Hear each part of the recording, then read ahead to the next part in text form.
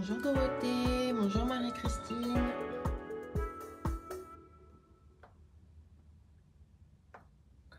Coucou Karine.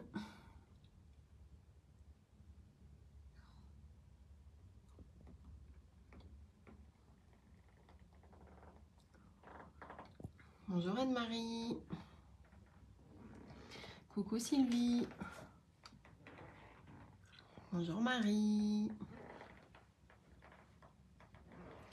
Bonjour Laurence, bonjour Dorothée. Vous êtes déjà 15 avec nous aujourd'hui. Bonjour Nathalie. Bonjour Marie-Christine. Bonjour Geneviève. Allez, aujourd'hui, il fait tout gris chez nous à Bourgoin. Du coup, on va essayer de mettre un petit peu de couleur dans tout ça.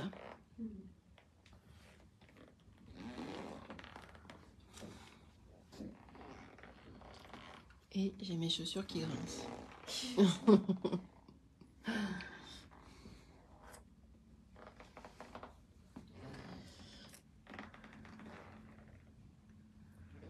Allez.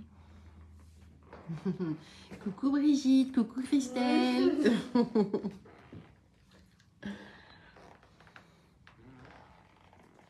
Coucou Cathy. Toi aussi tu regardes? Vous êtes tout ensemble devant votre écran.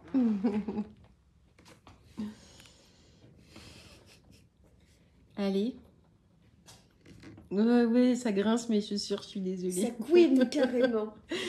L'autre jour, je les avais enlevées, j'aurais dû les enlever. Je peux encore. Hein. Allez, c'est le moment. Allez, hop. Bonjour Myriam. Ouais, nous aussi, c'est tout tristounet le temps là aujourd'hui. Allez, on est parti Manon? C'est parti. Allez, qu'est-ce qu'on raconte aujourd'hui? Bonjour à toutes. Aujourd'hui, on va changer un peu de format de petit live. On va faire quelque chose qu'on n'a encore jamais fait.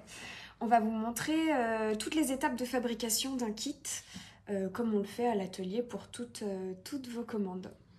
Et ça tombe bien parce qu'on devait fabriquer des acaris, les petits colibris. Alors voilà, on a notre petit tableau et sur notre petit tableau, eh ben, on a les kits qui nous manquent et les kits qu'il va falloir fabriquer. C'est ça. En fait, le matin, Marion, elle imprime les commandes, ou Patricia le fait aussi. Marion va préparer les commandes et puis elle surligne tout ce qui nous manque dans les stocks. Et après, elle les écrit au tableau. Et Patricia et moi, on se répartit la fabrication selon les jours de la semaine. Et donc, on regarde le tableau le matin, on voit ce qu'on doit fabriquer pour les commandes, que ce soit pour les particuliers ou pour les boutiques dans lesquelles vous pouvez retrouver nos kits. Donc ce matin, on n'a plus de Zaccharie et on a une commande avec un kit de Zaccharie le colibri. Donc qu'est-ce qu'on fait à ce moment-là? La première étape, on va regarder, on a des feuilles. C'est ça qu'on dit, comme des bases de données mais en format papier. Et dans ces feuilles, on a répertorié le nombre de tissus et de fils qu'on a par référence pour tous nos kits. Donc là, je vais chercher Zaccharie, qui est ici, et je vois que j'ai 7 tissus, mais j'ai pas de fil. Donc la première chose que je fais, c'est déjà je sors les tissus. Donc là, je les ai déjà sortis parce que j'ai vérifié pour... on a un peu préparé le live On a quand préparé même, un petit peu. C'est pas de l'improvisation. Donc là, j'ai écrit Zaccharie, je vérifie, j'avais bien mes 7 tissus. Je vais aussi vérifier mes fils. Donc vous voyez, on attend chaque banette, c'est une référence de kit. Et c'est nos stocks de fils. Donc là, on a Zaccharie. Et Zaccharie... On voit bien là, ceux du dessus, hop, lui il a des fils, mais Zaccharie n'a pas de fils. Zaccharie n'a pas de fil. Donc on doit tirer les fils de Zaccharie. Allez, Tourne au on pas te sur le suit. fil. T'as une petite spéciale dédicace, So Beautiful en 37 87. 37,87 vert kaki pour changer. Pour tirer les fils, pareil, là on a préalablement installé un petit peu parce que ça prend du temps de préparer tous les fils. En fait, je peux me rapprocher, ouais, tu vois bien. Ouais, oui, je me rapproche aussi. On a la carte ligne que Patricia nous fait au moment de la création du kit avec le numéro comme vous le retrouvez dans les kits en fait, hein, le numéro des références DMC et le nombre de fils en rouge qu'on a par par référence. Par référence. Voilà.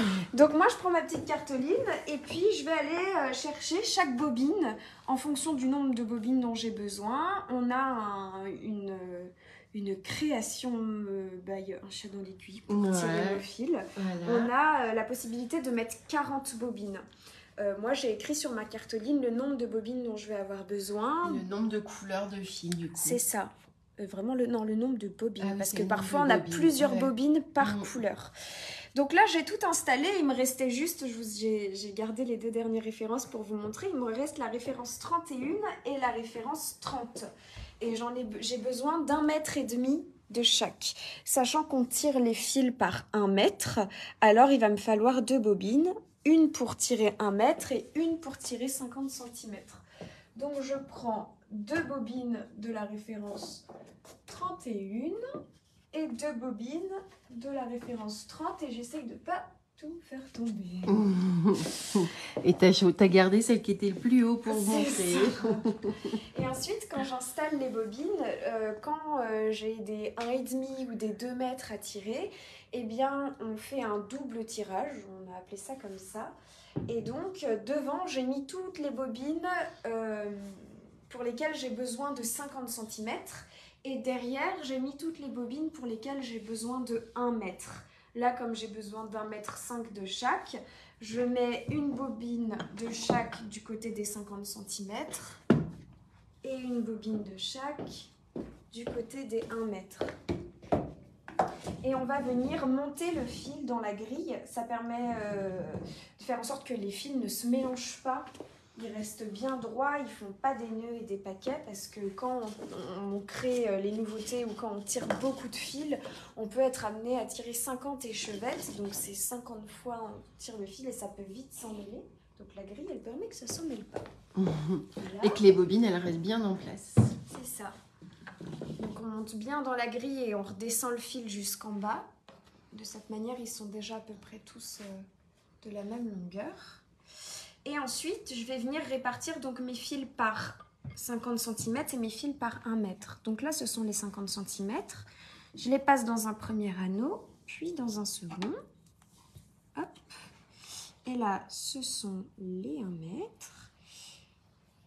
J'essaye de les démêler, de les tirer, qui soient à peu près de la même longueur pour avoir le moins de pertes possible. Je passe dans un second anneau. Hop. Ensuite, on coupe les excédents pour avoir une jolie échevette bien droite à la fin. Parce qu'on aime bien quand nos kikis sont jolis. Ouais, c'est ça. Je tire mon mètre. Donc là, en fait, on a une règle de 1 mètre qui est posée. Ça nous sert de repère. Et on a notre repère, vous voyez, on a les traits. Hop là, excuse-moi, je te salis tout. Hop, on a le repère des 1 mètre, le repère des 50 cm. Voilà. Et là... Donc, je coupe mon mètre et ensuite, cela, donc j'en ai besoin de 50 cm et je viens couper les 50 cm. Une fois que j'ai fait ça, on a une phrase typique à l'atelier qui dit « Contrôle fil, s'il vous plaît !» J'arrive, j'arrive. Et là, c'est Marion qui vient contrôler les fils. Ah oui, pardon, je te les ai déjà pris. J'anticipe. Et on va vous montrer comment Marion contrôle les fils. Allez, c'est à moi de travailler. C'est ça. Moi, je récupère les fils. Là, vu que j'ai des 50 cm, je plie déjà mon échevette en deux. Et je sais que les 50 cm, ils doivent être une seule fois. Et les 1 mètre, ils doivent être 2 fois. Donc ensuite, je prends toutes mes petites couleurs les unes après les autres. Et je vais venir rechercher à l'intérieur. Donc ça, c'est ce qui va nous permettre de vérifier qu'il n'y a pas d'erreur. Et qu'on a bien toutes les couleurs de fil dans l'échevette qu'on va vous donner. Allez, j'en cherche un. Par exemple, le 30, il m'en faut 3 parce que c'est 1,50 m. Donc, en voilà une, en voilà 2 et en voilà 3. J'ai bien mes 3 couleurs de mes 3 fils de la bonne couleur. Et j'enchaîne comme ça jusqu'à la fin de l'échevette. C'est ok Manon, l'échevette elle est bonne. Hop, je plie. On fait un petit nœud comme vous avez l'habitude de le faire. Et c'est à Manon de travailler. Je te repasse. Une fois que j'ai tiré tous mes fils, alors là, on en a Prends ta petite échelle. Oui. On en a quelques-uns d'avance parce que bien sûr, si j'avais dû tirer tous les fils pour le live, ça aurait été un peu long. Je prends ma banette, je l'amène à mon poste de travail Et on imprime les fiches techniques et les couvertures directement de l'atelier. Donc on a pareil un dossier par référence. Et donc on ouvre le fichier de fiches techniques et le fichier de couverture, on les imprime et une fois que c'est imprimé, on va préparer on a des kits qui sont en format A4, donc là on n'a pas besoin de plier les feuilles, tout est nickel. Et les petits kits, on a donc les couvertures et les nuanciers pour la collection Apicolor qui sont imprimés, vous voyez, en recto verso, en inversé, je ne sais pas trop comment on dit. Je viens couper elles sont pas bien mises. Je viens couper mes couvertures. Tout le monde te dit que c'est très joli. Personne ne regarde les fils en fait. Oui, c'est très gentil. Hop. Et avant, on pliait toutes les feuilles une par une à la main. On avait très mal au pouce et c'était très long. Et donc, il y a 5 ans, Christelle a investi dans une machine qui nous sauve la vie, une plieuse. Et on est trop contente d'avoir la plieuse. Donc, je vous emmène avec moi. Et dans le stock, on a la plieuse. Là, vous êtes dans la réserve, dans le stock où on essaye de garder pour chaque référence à peu près 4-5 kits d'avance pour pas avoir à refabriquer tous les jours. Donc ça nous fait toute une pièce de kit de broderie. Je crois que c'est le rêve pour pas mal de personnes d'être dans cette pièce. Je viens mettre mes feuilles dans la plieuse. Je choisis le bon programme parce qu'elle peut plier de différentes manières. Attention, ça va faire du bruit, je lance.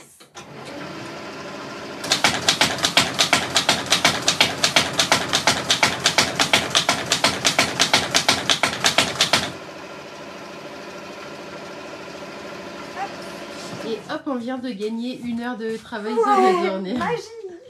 Allez, j'en profite, juste on passe devant. Donc là, on a tiré les fils aujourd'hui. On avait déjà des toiles, donc on ne les a pas réimprimées. Mais pour celles qui ne la connaissent pas, on a notre super imprimante qui nous permet d'imprimer toutes vos toiles. Donc là, vous voyez, on a des cahiers de broderie là qui sont en attente. Et donc, notre petit Zachary, on avait déjà des toiles. Donc c'est ça. Là, on ne les réimprime pas aujourd'hui. On a un peu de stock de toiles d'avance, comme les fils, comme les kits, parce qu'on ne peut pas imprimer un kit à la demande, en fait. Comme il faut remplir toute la largeur du tissu, ça demande d'avoir un certain nombre de références en rupture de stock pour pouvoir imprimer. C'est une gestion qui n'est pas facile, mais on a de la chance. On a notre super Patricia qui est absolument exceptionnelle dans la gestion des stocks. C'est ça. Et qui fait Elle est trop magique. Donc, en général, quand Marion fait son contrôle fil, moi j'en profite pour lancer l'impression des fiches techniques et pour plier mes tissus. Là, j'ai plié les premiers et en fait, on a des petits repères et on sait comment plier à peu près chaque toile. Après, à l'œil, en fait, maintenant, tu connais par cœur. Ouais, moi je sais qu'il faut qu'il y ait 3 pointillés dans la hauteur et j'en laisse un et demi dans la largeur et ça fait la bonne toile pour les collections Apicolor et pour les Salomé. Je les plie de la même manière et on vient piquer l'aiguille. Hop, voilà. Et pour la gestion des stocks, c'est assez important. En tout cas, nous on aime bien le faire. On a un cahier de fabrication. Une fois que j'ai tout pour préparer mon kit et que je sais que je vais pouvoir le faire, je viens noter dans la colonne de Zachary plus 7, parce que là je vais fabriquer 7 kits de Zachary. Ça nous permet d'avoir un peu un état de ce qu'on a fabriqué quand on sort des nouveautés, pour anticiper les mois prochains. Pour les SAL par exemple, pour le chemin de table, ça nous a permis de voir combien on avait fabriqué de SAL numéro 1, donc comment on va pouvoir anticiper les prochaines références sur des projets comme ça. Je fais juste une petite parenthèse pour répondre à Sylvie. Sylvie, du coup, nous on est 3 en permanence à l'atelier, Manon, Patricia et moi. Il y a Christelle aussi qui est là. Et du coup, pour la fabrication des kits, on est un petit peu toutes les 3. Donc c'est principalement Manon et Patricia qui s'occupent de toute la fabrication. Et moi, j'interviens plus pour le contrôle. C'est ça. Et puis si on a besoin, parce que c'est le rush et que pour les nouveautés, Christelle vient à la fabrication pour faire des grosses séries. Quand on lance les kits par 50, 100 exemplaires, là, c'est pratique d'avoir des petites mains en plus parce que Patricia et moi, on ne peut pas tout faire. On a d'autres choses que la fabrication. Et il y a aussi, ça arrive des fois quand il y a vraiment des grosses sorties, que Christelle, elle parte avec tout le nécessaire et elles font avec Brigitte aussi à l'habitude de la fabrication. On est une équipe vraiment multitâche et on s'aide toutes constamment dans tout ce qu'on fait. Et c'est cool parce que nous, ça varie aussi les plaisirs dans les tâches de travail. Donc mes fiches sont pliées, je les assemble pour être sûr que vous ayez bien toutes vos fiches. En général, on en a 3. Oh, ça dépend. En fait, il n'y a pas du tout de général, ça dépend de la taille du kit. Je les mets les unes dans les autres. Je ne vais pas toutes les faire. J'en monte juste quelques-unes. Hop. Voilà. Et ensuite, je réalise le kit. Moi, dans ma tête, il est à l'envers. Donc, je pose Manon, elle est gauchère, je précise. Patricia aussi. Donc, ça Patricia tombe bien. aussi, on a le cerveau qui marche dans le même sens toutes les deux. Je pose ma couverture. Je pose mes fiches techniques. Hop. Ensuite, on vient mettre le tissu. C'est important pour nous, chaque kit est contrôlé à chaque fois. Donc, on aime bien avoir la référence qui s'affiche là pour être sûr qu'on ait imprimé les bonnes fiches techniques. En général, en bas du tissu, on l'a aussi et elle est sur la couverture. Après, pour les fils, on se fait quand même confiance. C'est ça. Voilà. Je plie mon fil. Alors après, tous vos kits ne se ressemblent pas parce que Patricia, moi, ou même Marion, ou même Christelle, on a des manières différentes de faire les kits. L'important, c'est qu'il y ait tout dedans. Et que ce soit visible pour qu'on puisse le contrôler facilement. C'est ça. On pose, on plie le fil. Et j'ai pas sorti mes pochettes à l'avance. Je passe sous la table. On a de grands stocks de pochettes. Je peux même sortir la caisse pour vous montrer. Les pochettes A4 et les pochettes A5. Donc là, je sors les quelques pochettes dont j'ai besoin. C'est la mise en pochette, c'est souvent le moment où tous les éléments du kit se tordent un peu et il faut être un peu minutieux, vérifier que la pochette soit bien décollée.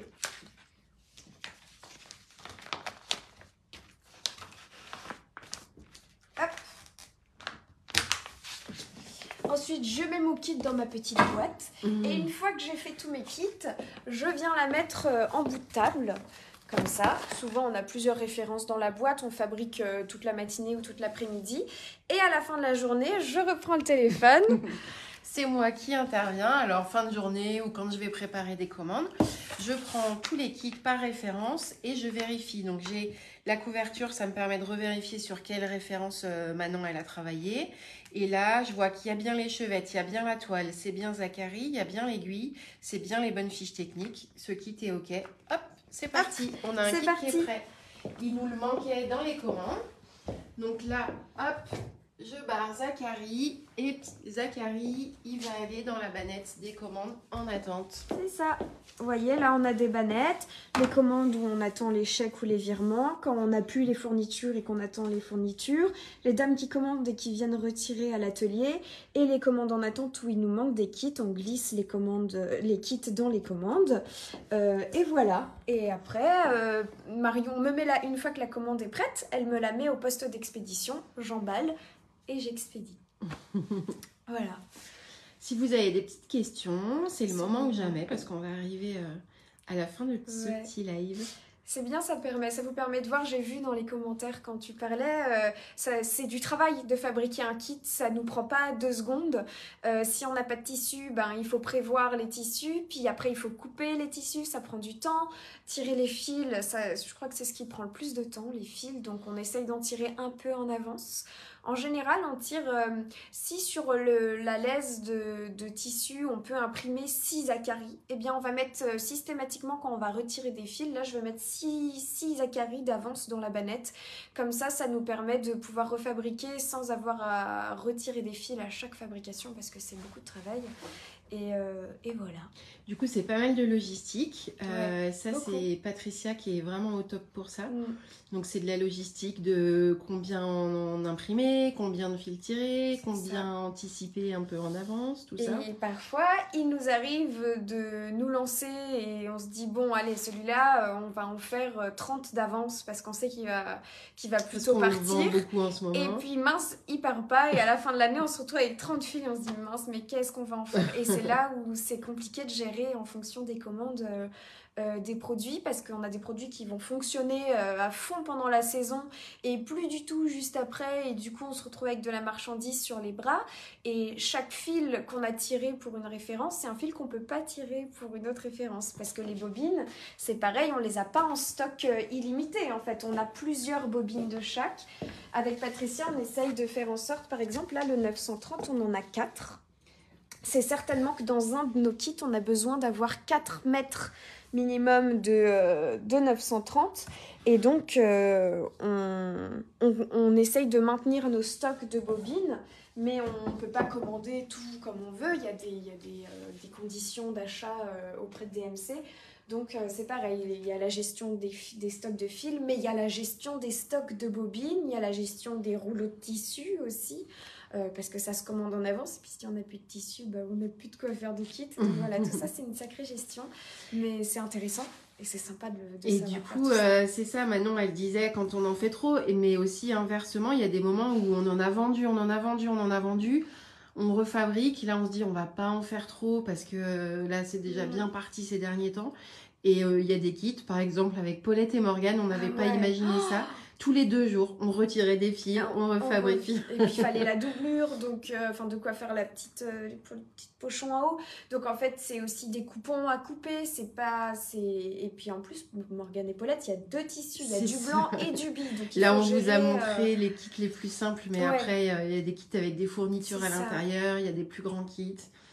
Voilà. Voilà, on vous a montré un peu...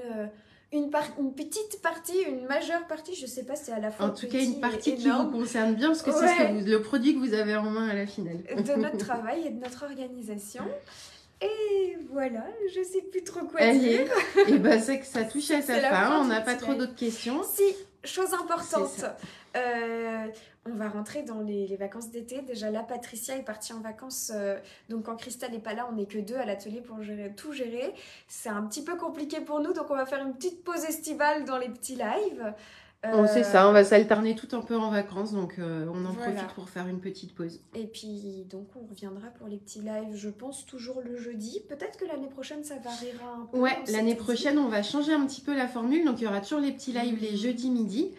Ça va reprendre du coup à la rentrée début septembre. C'est ça. Et là on fait toujours tout sur Facebook, du coup on va essayer de faire un peu Instagram. Ouais, c'est ça, de faire un petit peu aussi dans le sens des personnes qui n'ont pas forcément Facebook et qui sont sur Instagram. Donc on va voir comment on fait, mais ça sera probablement une semaine sur 2 sur Facebook, une semaine sur 2 sur Instagram. On vous tiendra au courant bien entendu. Voilà. On vous souhaite, en tout cas en ce qui concerne les petits lives, de bonnes vacances. Et puis on se revoit à la rentrée. Très bel été à vous. À bientôt.